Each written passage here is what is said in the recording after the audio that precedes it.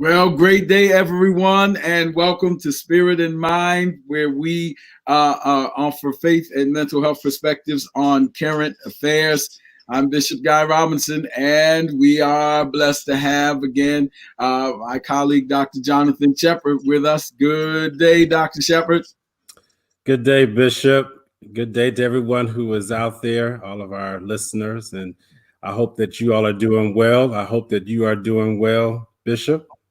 Yes, indeed. We are doing well over here in Robinson, part of the woods. And trust that you again are doing well. And we're grateful for all of our Spirit and Mind family. Thank you for joining us today. Feel free to share and let someone know that Spirit and Mind is on.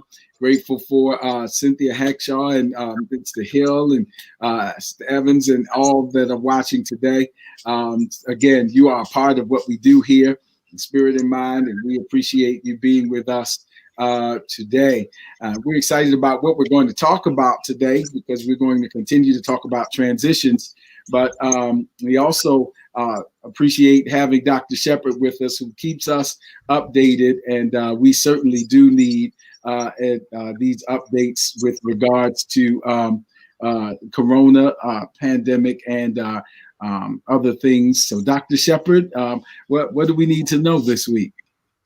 Well, Bishop, I hate to say, we are going backwards. Yeah. We are in the worst month that we have experienced since the pandemic started. November 2020, unless things change, will go down in history as the worst month in the United States for the pandemic. We are approaching 1 million cases this week. Wow. 1 million cases in 1 week. And with that said, there's so much really that could be said. But with that said, we need to understand that we must be vigilant. We must be vigilant. You've heard me over the last couple of weeks tell people that we need to be planning and strategizing for what we're going to do for Thanksgiving. And that is of utmost importance. Thanksgiving is now less than 2 weeks away. And so now we need to think about what that's going to look like for us. We can't wait to the Wednesday before Thanksgiving to decide what we're going to do. We have to think this weekend. They're even telling people to start purchasing their products, for food and different other utensils and cleaning supplies. And now grocery stores are even limiting how many supplies you can get because we are anticipating another shutdown and lockdown. Chicago, University of Chicago, where I'm a proud alum of that school, University of Chicago. That's where I went for undergrad. But Chicago's on lockdown, you all. Restaurants, bars, a lot of the facilities have closed and will be closing more even this coming Monday, from what I understand. There are states who are closing things down. I am just very much concerned. I mentioned Chicago because my family is from Chicago, is still in Chicago, and I cannot visit them as often. And right now, I don't think I'll be going there. I should say, I'm not going there for Thanksgiving because I don't want to give out advice and not heed it myself. And so I don't want to endanger my own parents. I don't want to endanger my own relatives, and just vice versa. And so we just want to make sure that for Thanksgiving, you all are strategizing to think, what are you going to do? What are you going to do? Is this surge related to Halloween and things like that? We just don't know. But let me tell you, this is surging across the country. There is not one safe state right now. Even in Montana, even North Dakota, the less populous states, their hospitals are jammed packed because the virus is roaring. And I just saw a report that we're at exponential growth. If you know what exponential growth means, that's where we are. And so again, I hate to give the sobering news today, Bishop, but we are in dire need of help. Dr. Anthony Fauci said the cavalry is on the way, but it's not here yet. Yeah, I am hopeful. I'm hopeful of these vaccines. I say it's promising, but it's not good news. Promising because we just don't know how effective the vaccine is. Yes, I know you all are saying, well, Pfizer said it's 90% effective, but you have to remember they've only been trying it for less than a month. So it hasn't really been tried on too many people. What you also have to know about the vaccine, and then I'll be finished, it's going to take 2 doses. You just can't get 1 dose. It takes 2 doses, intervals of 3 weeks. And then it has to be stored at a temperature that most places cannot keep, which is negative 70 degrees Celsius, not Fahrenheit. Remember your mathematics and science. Celsius is much lower than Fahrenheit. And so, yeah, it's gonna be something, Bishop. Also, there's a new platform in which the virus, or the vaccine, I should say, is being implemented. We have never, through the FDA, approved a vaccine through this particular method in which the vaccine will work. And I don't want to get too technical here, but I just want to let you all know that God is going to have to help us. Yes, science. I believe in science, but I also believe in God, and He's going to have to help us through this, because there are so many new and innovative things that we've never tried before. That, there's a lot of talk, but because it's new and it hasn't been tried, we know that there's going to be some failures. We know that there's going to be some things that we did not expect. So God's going to have to help us get us through this period of time that we're in. That's powerful, and I know this is just our update, and we got to get into our topic for today. But you spark a couple of questions, Dr. Shepherd. So first, it is I agree with where you were concluding that it is definitely scientific, but it is definitely a very profound spiritual test here. It's a test of our patience. Mm-hmm. It's interesting that we live in a culture of immediate gratification. And we live by the pleasure principle, so to speak, in term. Absolutely. So, we want what we want, and we want it now. And this kind of creates this proclivity to look for a quick fix. Mm-hmm. And what you're suggesting is this is more of a process. Yes. That, help is on the way, but it is a progressive improvement, and we have to be prepared. And so we have to think progressively and not instantaneously. So it has to go through those things. So with that, and that's a test. Interestingly enough, Isaiah said, "They that wait upon the Lord shall renew their strength." Isaiah's thinking was that waiting really makes us stronger. That expectation only allows the baby to grow. That's the hermeneutic of that text. But in our culture, waiting seems to make us weaker. Right. And it actually also says it's a survival of the fittest. And so we have to make sure that we let people know that, hey, wait a minute, it's not necessarily the survival of the fittest, as some people are trying to say. Well, we want to get rid of these people who can't stand the test of the virus. That's the wrong attitude. So, Bishop, I like what you're saying, because waiting does fortify us. And so that is something that we must keep in mind. That's a powerful about impatience possess ye your souls. There's like a whole bunch of them where the Bible talks about this whole kind of process. But that's a test for us right now. When you have patience problems, a week seems like months, and months seems like years. Yeah. And so I think there's a little bit of that in the culture. And then there's this. So I said that to say Thanksgiving. You made some mention of that in the holidays. So you should plan for that now.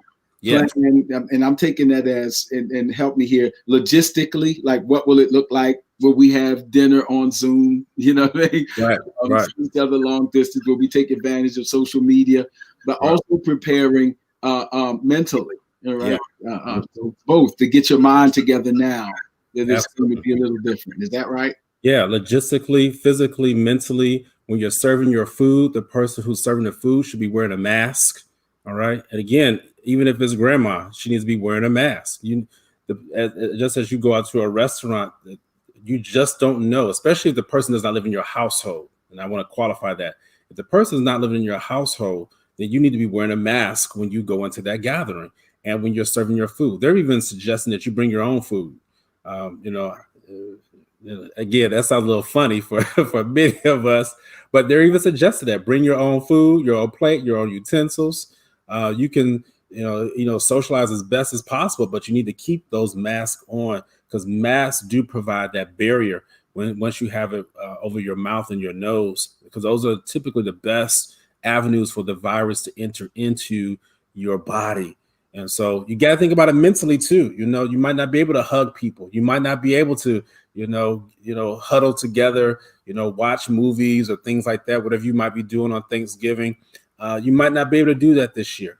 And I heard one person say, just remember, hopefully just one Thanksgiving where we have to do this so you can hopefully have many more Thanksgivings together because you were careful or more careful this one Thanksgiving. So I'm praying that it's just one. It could be more, but let's just be prayerful that it's just one Thanksgiving that we have to do this. Absolutely. So thank you for our update this week. So what we're hearing is I'm reminded it's a change. It's a transition. It's different from previous years, and I'm reminded of. So let's talk about what our other subject today. I was reminded of Jenny Wilson. We're talking about the presidential transition. And I was reminded of Jenny Wilson, who was a late 18th and early 19th century hymn writer. Perhaps one of the most famous of her works is "Hold to God's Unchanging Hand." The first line of the first verse of that chorus says, "Time is filled with swift transition." And certainly that is true, but there are also other types of transitions. Time is filled with traumatic transitions. Yeah. Time is filled with frustrating transitions. Times are filled with, as we were talking about, patience, progressive transitions, transitions over time, transitions for which we have to prepare, which is sort of like what we're talking about. And so today we want to talk about, of course, we're in the season of presidential transition. And we have some guests who are coming on with us. And as we are talking about presidential transition right now, we couldn't think of quite what to use for this terminology, but right now, while we're meeting, of course, we've just had a presidential election. And right now in the nation's capital, there is a gathering that is called the MAGA rally for supporters of incumbent President Trump.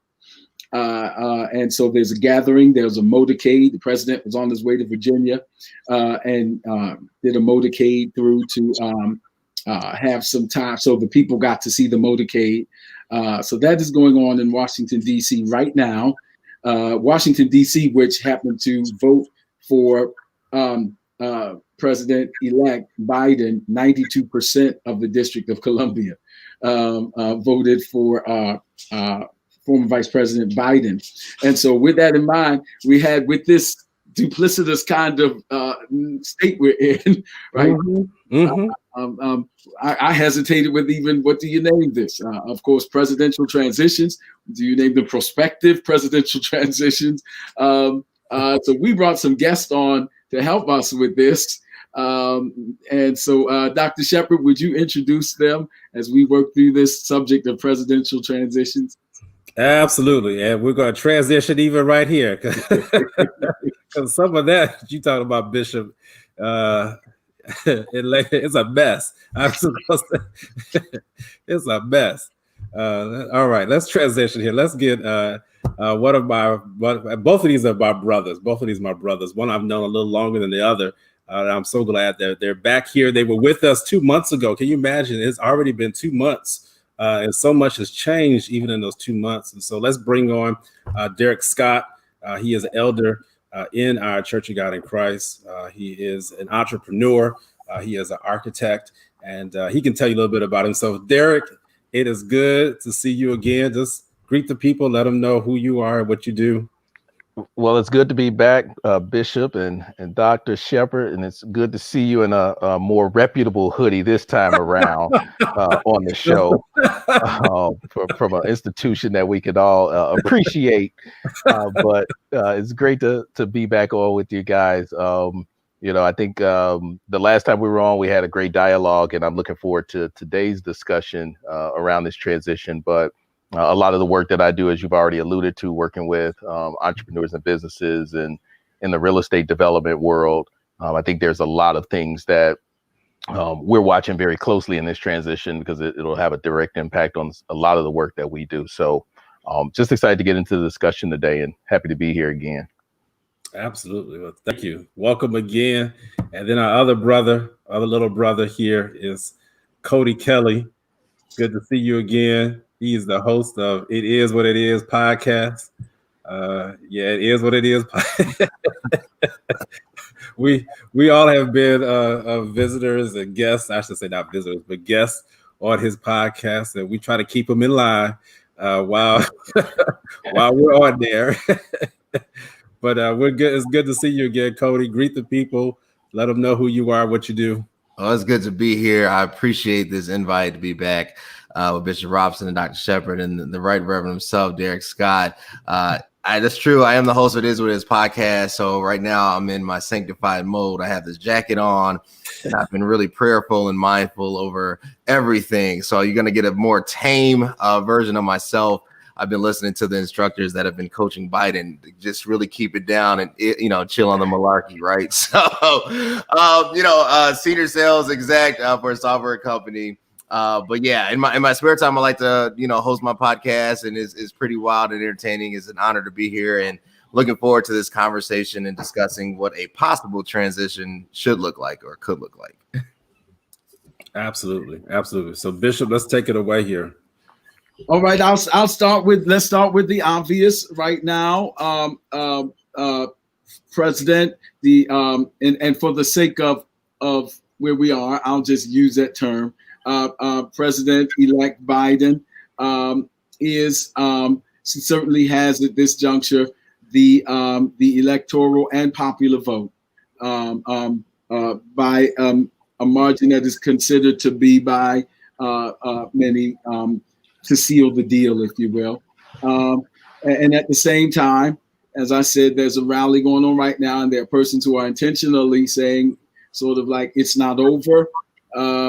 It's the Secretary of State Pompeo said the second term will be a transition. The transition will be a transition to the second term. And so you have that kind of rhetoric going on. Numerous cases have, several of the cases have been thrown out that have been appealed.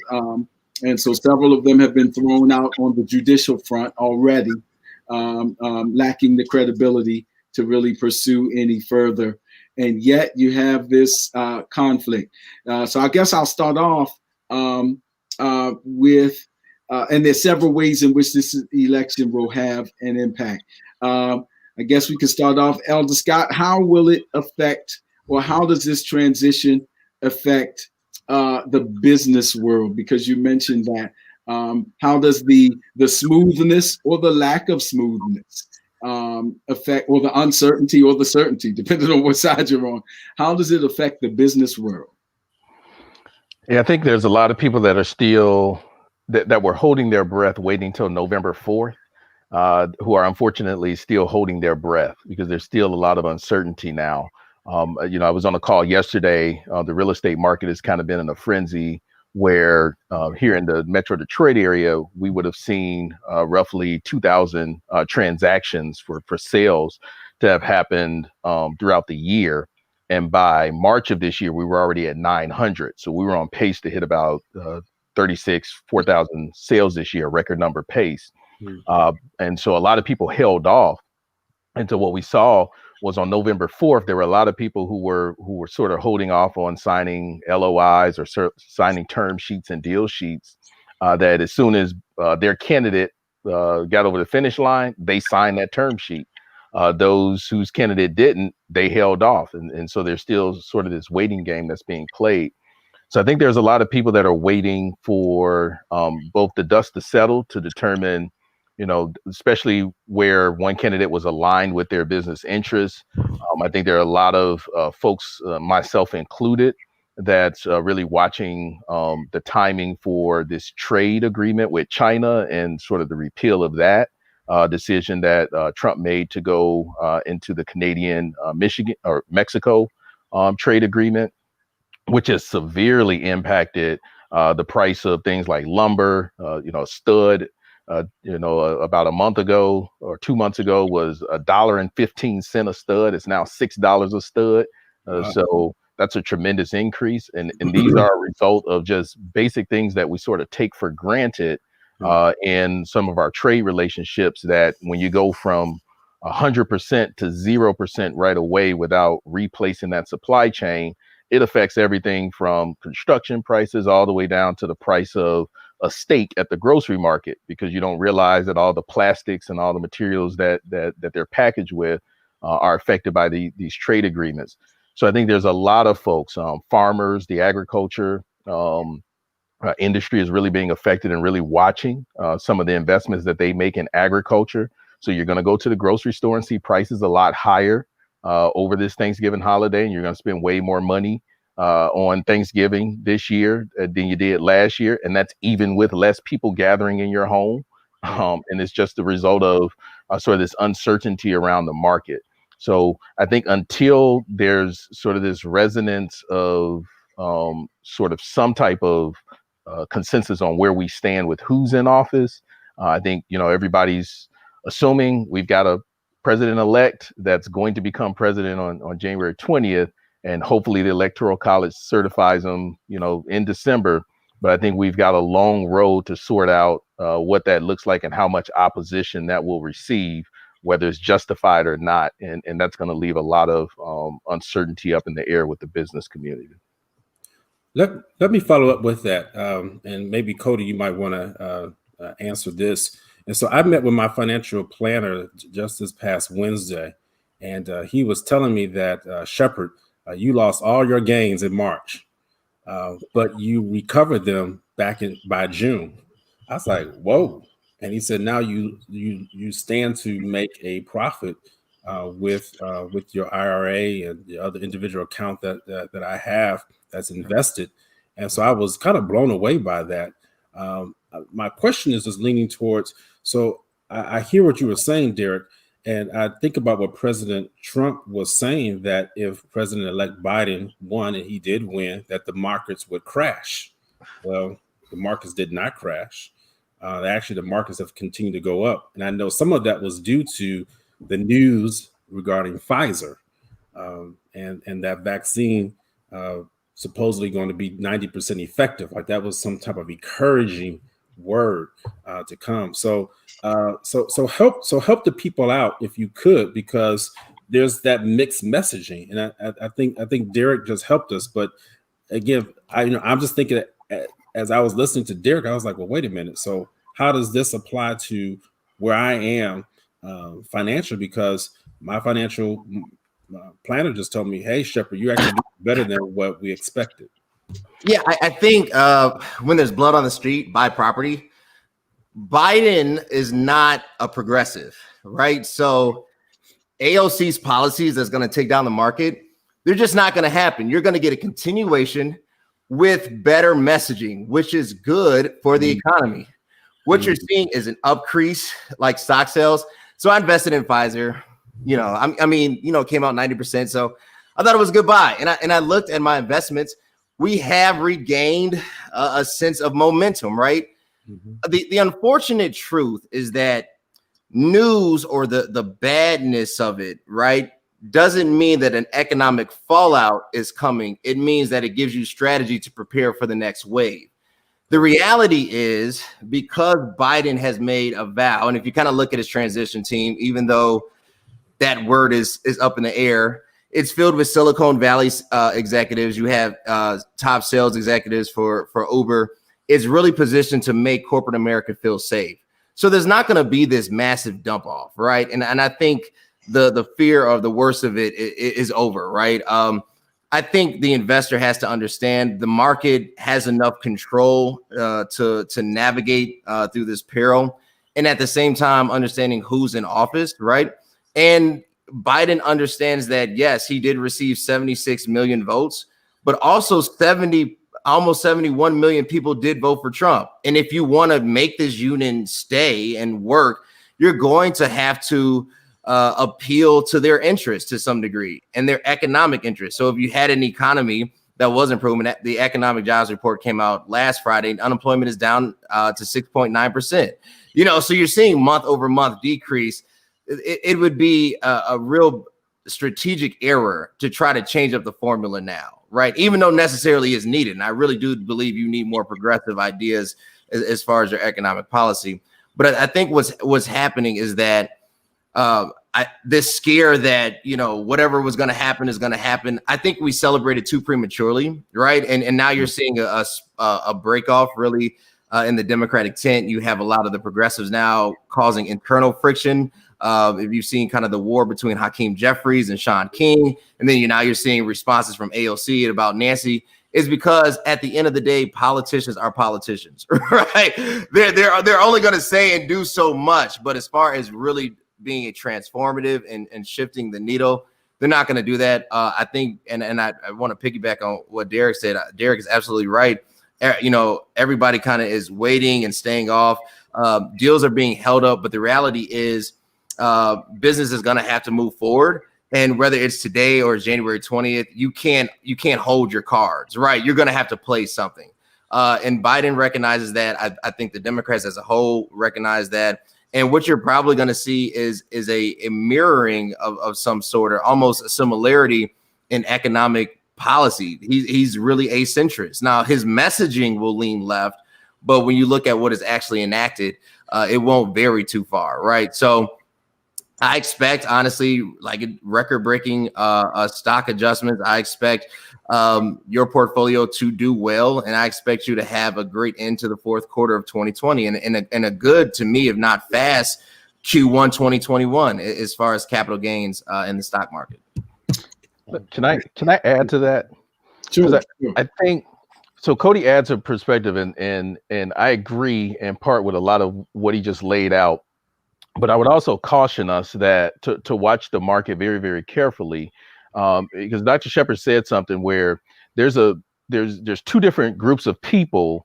Some are benefiting, some aren't directly. So in the last week, we saw the stock market take a great jump as a result of Pfizer's news, or maybe just happened to be concurrent with Pfizer's news. But we also have to watch what came along with that market jump and ask the question, is the market actually stimulated, or was that just a stimulus before the market suppresses itself again as we go back into sort of a shutdown and a break? Was it one last sort of push before we go into this shutdown? And the reason I pose that particular scenario is because if you look at the same day the Pfizer news came out, the CEO of Pfizer sold off $5.2 million of shares, right? And so the CEO controls that announcement. Now, it was a planned sell-off of shares. This was planned way back in August, but the announcement wasn't planned. The announcement was very strategically placed at a time where we know that there's an uptick in cases. We know that we're at a record peak. Our state two weeks ago was projecting we'd be shut down, or 3 weeks ago by Christmas, and then 2 weeks ago it was by Black Friday, and now it's next week. And so we're seeing folks that are starting to make these mass pushes to say, okay, how can I get a real quick economic stimulus and get Cody to go out and buy shares of Pfizer and help ignite the market before we see sort of this lull period moving into Q1, Q2. So I would caution people that we don't this may be a little bit of fool's gold. And I think Biden's going to do a great job of continuing to do exactly what Cody said, and that's say all the right things, the presidential things that gives people a sense of comfort, even though there's chaos. And I think that's going to allow people to still continue to act with normal behaviors, people to still go out and continue their same type of spending. But I would caution people not to go out and get sort of lewd with their spending or very loose with it and say, we're going to be fine. The market is reigniting. The economy's back. I would caution us that, we're probably going to have a little bit of a lull period here over the next few months. And then, like Cody said, Q1, we'll start to see, once the transition happens, maybe there's some ignition and we've got a better sense of what the market is going to look like. Absolutely. Absolutely. This is really, as we're at the halfway point, man, this is so good. I want to transition just for the sake of the diversity of our audience. We're talking about the economic, perhaps, impact of this transition. And so I know there's a philosophical. I want to transition from the economic to the philosophical, and perhaps to national security, and then the psychological. That's what in the last 25 minutes. but on the philosophical, you both raised something interesting, that some policies have some that really more moderate, and so as moderate, it will have some similarities, but the packaging will be different. And that talks about how palatable the rhetoric is. And of course, we've been living with a very incendiary kind of rhetoric, divisive in some cases rhetoric. And so my point is, how important is the packaging? And you raised the point about President Biden being really more centrist. And there's some considerable polls that show that most of the nation is more centrist, even though the polarities occupy the headlines. With that in mind, of course, on the conservative side, there's the centrist, but then there's the radical right, and then there's the radical left, as some have come to call them. And the question that is Michael Smerconish posed today on his show was a poll he was taking informally as to whether the nation thought that President-elect Biden would receive more pressure from a Senate that is not in his favor, that leans conservative, or would he get more pressure from the far left wing that really wants the blue wave to be more progressive and increasingly progressive, and quickly so? I was wondering, what do you think about those philosophies? Will President Biden get more pressure from the more quote unquote extreme left? You referenced the AOC reference and all of that. Will he get more pressure from that side, or will he get more pressure from a Senate that is not, may not be, because there's still a runoff to happen, may not be in his favor? Yeah, I think President-elect Biden is going to get more pressure from the Senate, definitely more from the conservative wing. The unfortunate truth is that progressives are great at demonstrating, and they're great at making noise, but they lack economic power. If you look at their wealth base compared to conservatives, it does not compare. And then their voting bloc is not as large as the centrist and the right. Mitt Romney came on Chuck Todd, and and he was like, President-elect Biden was, giving him congratulatory thanks, and he said, but if you look at it and just on sheer numbers, Trump gained more votes from 2016. I mean, he lost the electorate, but that says a lot. That says that the majority of Americans favor conservative to centrist policies.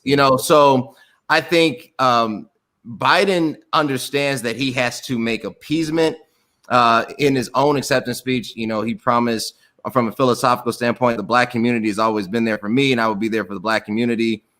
That's great messaging. What does that mean from a policy standpoint? And then when you're talking about the progressive, you're talking about the Green New Deal, you're talking about the end of fracking. Biden has already said he's not going to end it, right? So I mean, like, where does that marriage fit, right? And then that only really represents the new incoming class of Democrats. And then the Democrats lost seats in Congress. Republicans gained a net 5, right? So I mean, when you look at it, and he's going to come into, I would say, a very politically heightened government, a very divisive. It's always been divisive, but he's going to really have to walk that fine line. And I said to my wife, I said, you're going to see a more Ronald Reagan-like in Joe Biden, like a very, very, he's going to be great at communicating the message, but watch those policies start to kind of lean right. You know, like just watch it, and it makes sense. Now, from a national security standpoint, I think it's an atrocity that the transition team has not cooperated, or has not been cooperated with, that they cannot receive the information, that literally they're left out in the dark. The problem is when President-elect Biden and Madam Vice President-elect Kamala Harris come to office, they're going to have to hit the ground running, right? There's no time to, I think, over celebrate. Like I said before, I think we're celebrating too prematurely. And what's going to end up causing or creating is this delay. And if you lose Georgia when the runoff happens, right, I think Reverend Raphael Warnock will be elected. He was ahead by 300,000 votes. I don't see that margin being shaved by that much. But I don't think the other senator, I don't think he's going to win, right? I really think one is going to go red and one is going to go blue. They're going to split Georgia, right? And the split will go to Mitch McConnell, right? Like, he will have, again, the power that he's always had. So you're going to have to negotiate between the fine lines.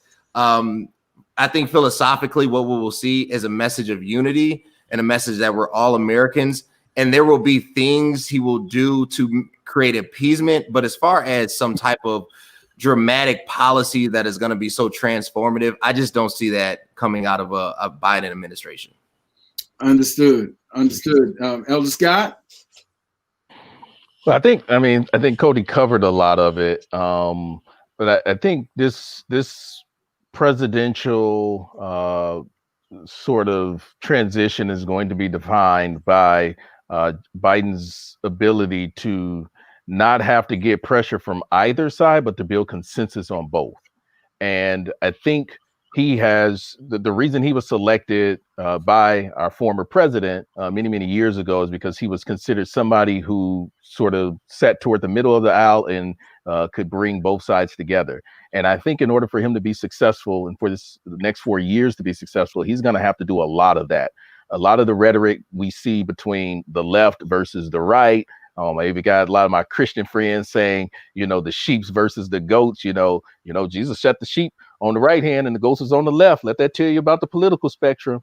And so like this whole divisiveness around us versus them, the left versus the right. I think his administration is clearly going to be defined by his ability to stay neutral on the issues that affect Americans. And I think he's come out the gate very clearly saying, I'm not the Democratic president of the United States. I am everybody's president, not just for the people who voted for me, but I'm America's president. And he's going to have to continue to say those things to address issues that come up that affect both sides of the aisle. And I think his ability to try to get the Senate to whether it winds up turning blue or whether it's split or whether it's red, he's going to have to find a way to build consensus there, that some of the policies and things that require urgency, that they can get off of partisanship and really move them forward. And unless he comes in and continues that rhetoric of this centralized, sort of neutral position, that's going to be very difficult to do. I think that's relevant in this sense that I get that, because what I hear you saying is we cannot continue in a blue version in the White House of what was the red strategy. By that, I mean, the rhetoric was very much us versus them.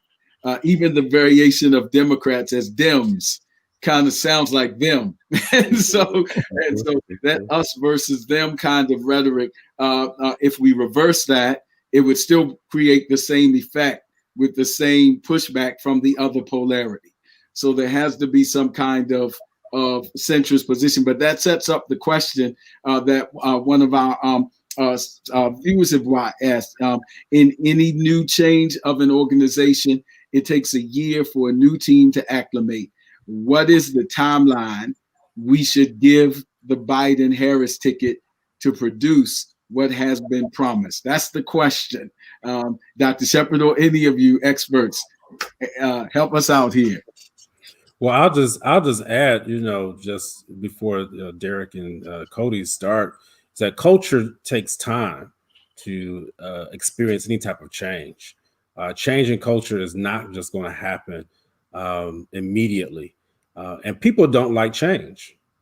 That a lot of people, their eyes buck when I say stuff. People do not like change. They really don't. They like what they've been doing and experiencing, when you have to shift what is happening right now, there is a mindset that's going to have to take place. A change in mindset is going to have to take place.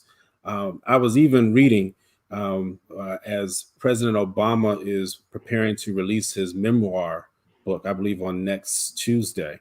Mm-hmm. And he even talks about how he recognized that people were against him because of his skin color.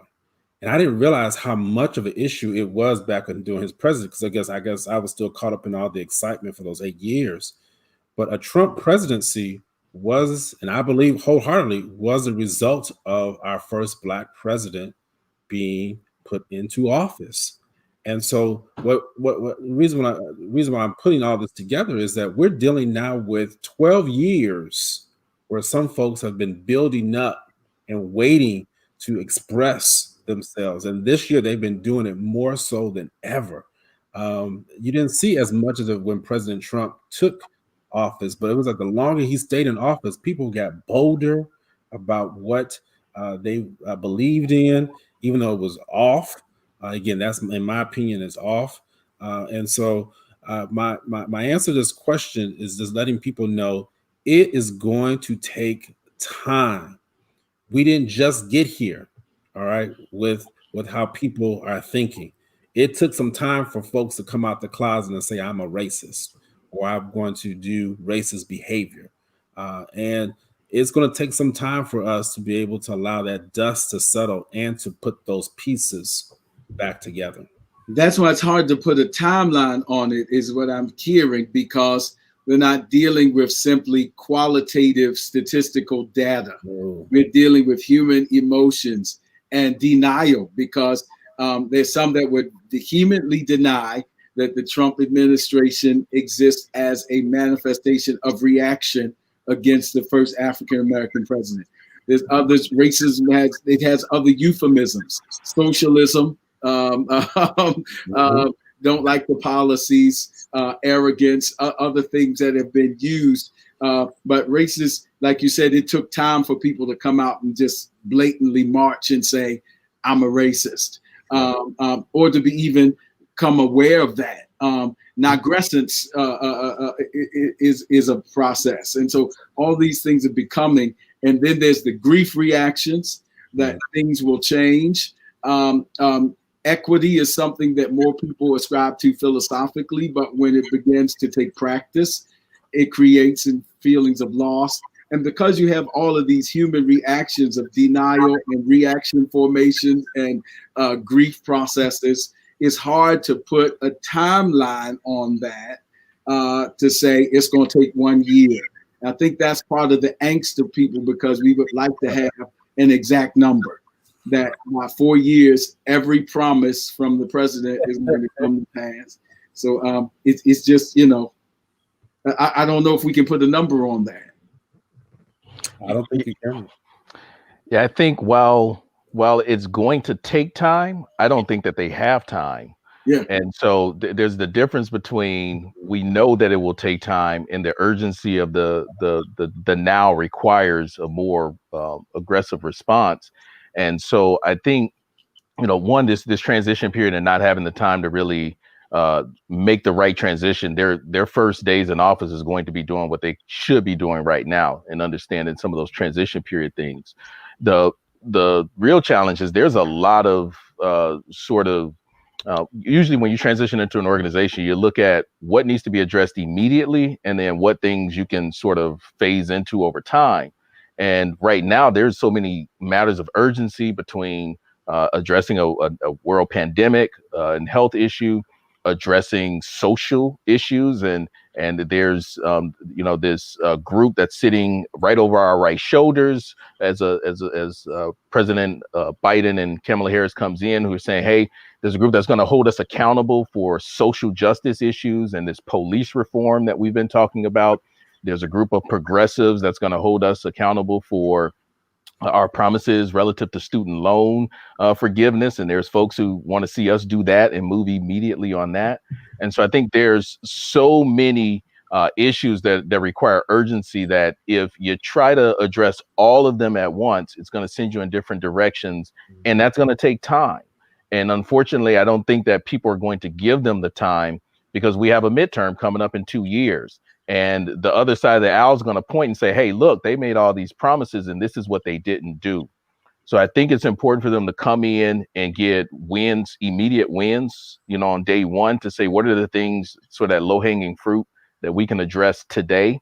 And by today, in the next couple of weeks, that we can make tangible progress towards, and that people can see that we've come in and started to kind of chip away at what is a larger issue.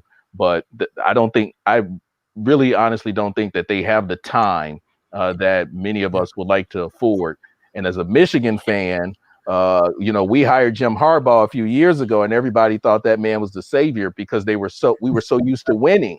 That's right. right. And when he came in and only won 10 games, that was failing. For most people, 10 wins for their team is amazing. That's right. At a winning program, no, sir. We wanted national titles and Big Ten championships. And so in a country that's used to winning and people used to being at the top of the food chain, if they don't come in and make some of those immediate impacts, there are folks that are going to be calling for their head in the next year or two.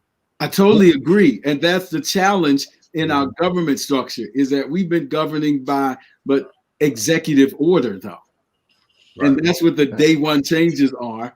And so executive orders without congressional agreement.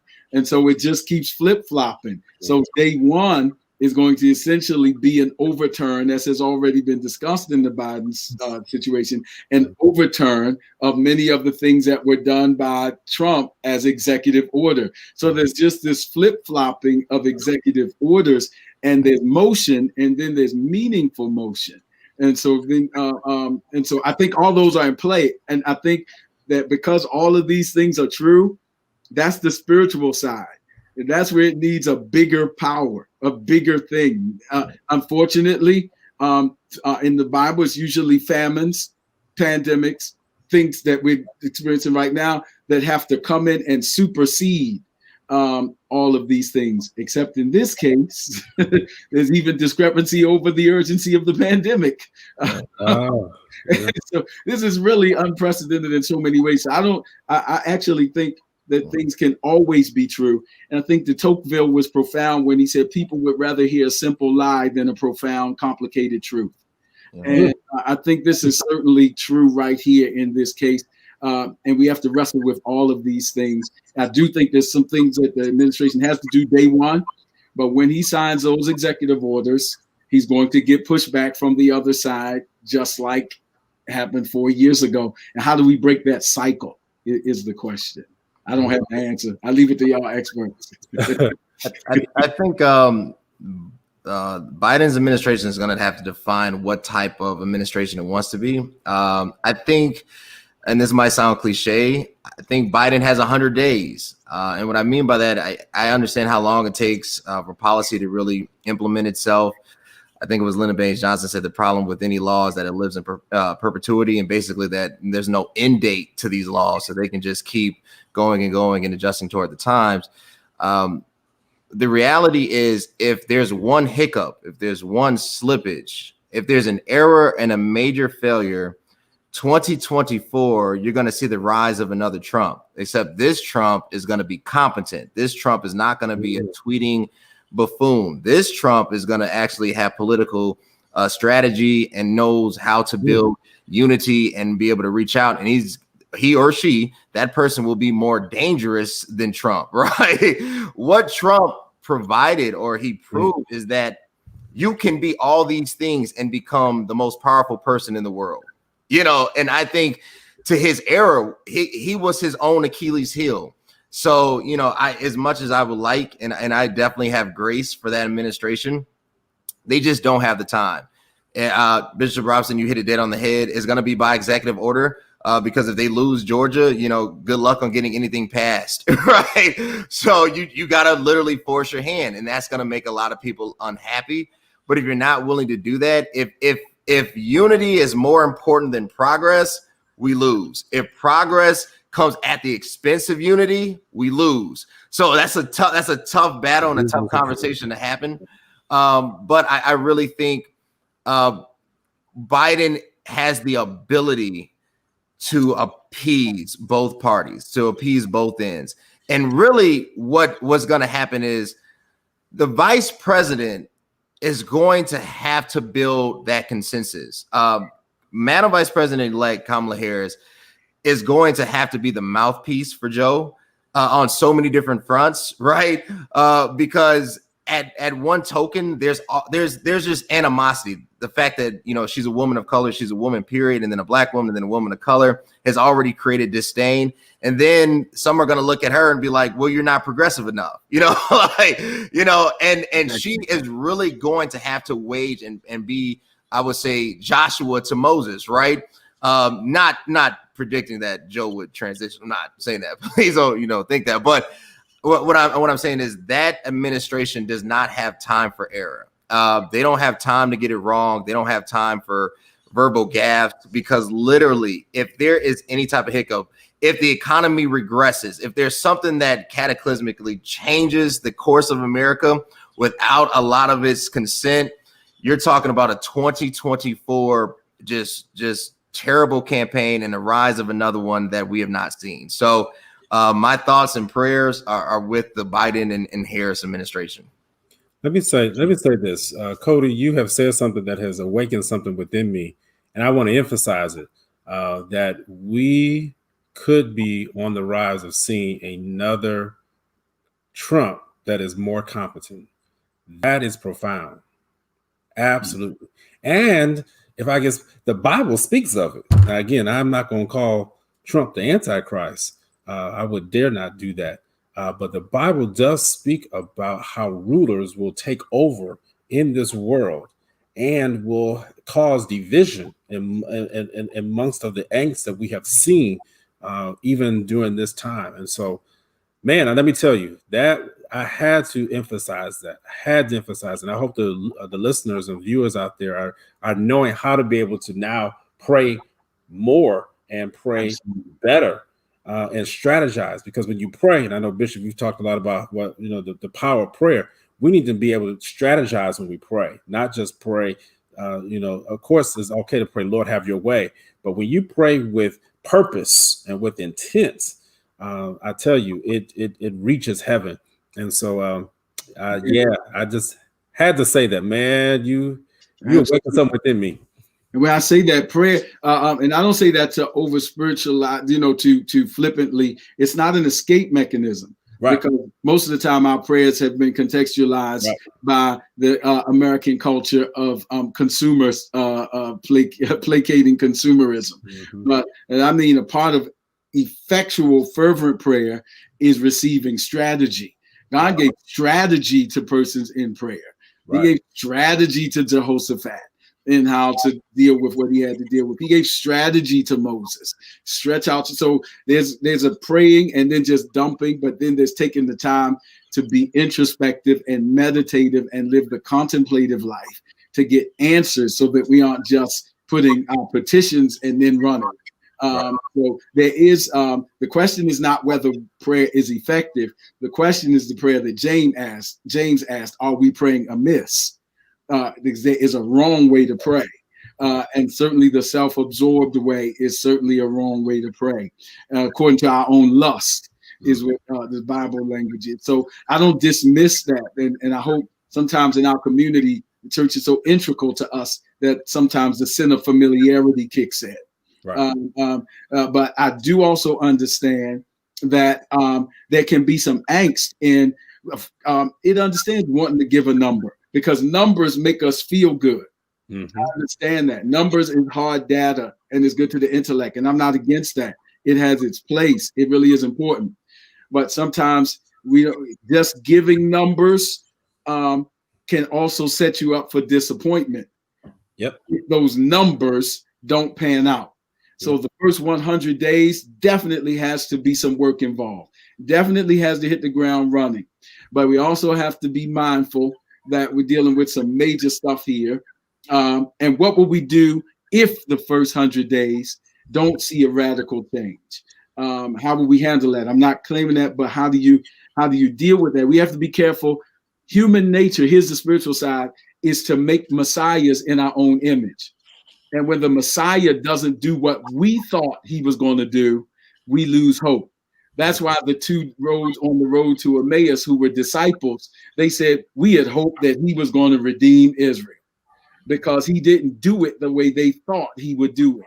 Right. And when people make messiahs and make them in our own preference and image, and they don't pan out to be messianic in the way that we want, it's human nature to become very disheartened, discouraged and disillusioned. So I'm just saying that to say there's angst, particularly in our community, because quite frankly, every time America needs to compromise, the underserviced community takes the hit. Yep. We needed to Reconstruction was trying to bring the nation back together after the Civil War. And that led to black codes. And every time we try to reconcile these extremes, the most disenfranchised pays the price. Yep. So I understand our angst. That is this another reconstruction that's going to happen at our expense?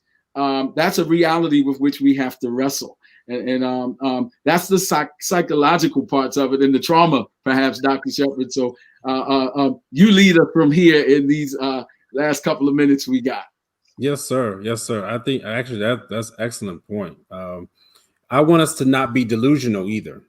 And we've talked about that, even with what we're seeing today occurring in DC with the rally, as if it's like a victory parade. That is a delusion. A delusion is simply a fixed false belief. And they are the hardest things to treat in psychiatry or in mental health. There are some people who believe that they can't even be treated. I think that everything can be treated, but I do recognize the difficulty in it. And with this said, so you might say, well, Dr. Shepherd, what is the delusion here? President-elect Biden won the election. How are you having a victory party for yourself, when you lost the election? But I understand, again, I'm not here to beat down someone. When you lose, there's grief, That's why we have not heard from President Trump this week, because he's been grieving. And that is a normal reaction. And there are other people who are grieving right now. And there may be even someone, even on this show, who's listening or who will go back and replay this, and you may have voted for him. And so with that, you may be at a loss for words. You may be grieving. But I want to let you know that that's okay. But at some point in time, we have to move beyond the grief. Let's deal with what has happened so that we can move forward and progress forward. One of the things that you've heard me say, and I haven't said it in a while on this, I'm going to end with this, Bishop. I will not allow this pandemic to keep me bound and stuck. When I come out of this pandemic, I will not look like the same Jonathan that I went into. I will be better. I am better. And it's been very evident. And so whether or not you've lost, whether your candidate lost, or whether or not you're victorious, or whatever it might be, however you're feeling right now, as we go through these transitions, the transition should not make you worse. That you should be on the better end of the coming out. So let me just end with that. So transitions are going to occur in your life. Just make sure that you are on the positive side, the better side, the good side, as they will say, when you come on out. Absolutely. And that's the spiritual side of Spirit in Mind, is that worship is not only reactive, but worship is proactive. God is fully capable. And that's what I mean, even in the case of what you mentioned about perhaps being delusional and that kind of thing. Well, and grief. And certainly it is human to grieve.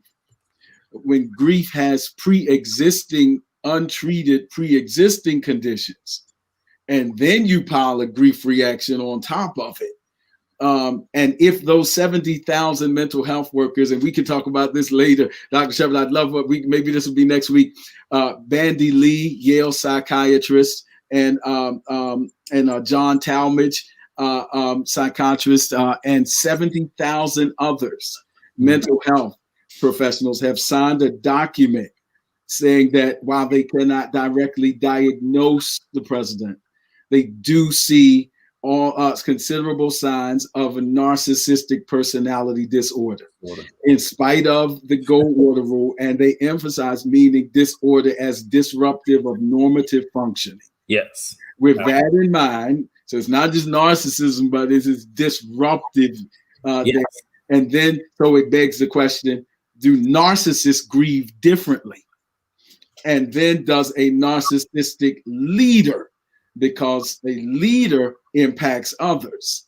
And so how is the state of the nation being impacted by the grief with this potentially compounded, grievous circumstance and transition? Some have said that the transition, in fact, they talked about it on Fox 45 today, that the transition between Gore and Bush and the disconnect there may have created some of the voids that made the 9/11 incident easier to accomplish. There's a national security issue here.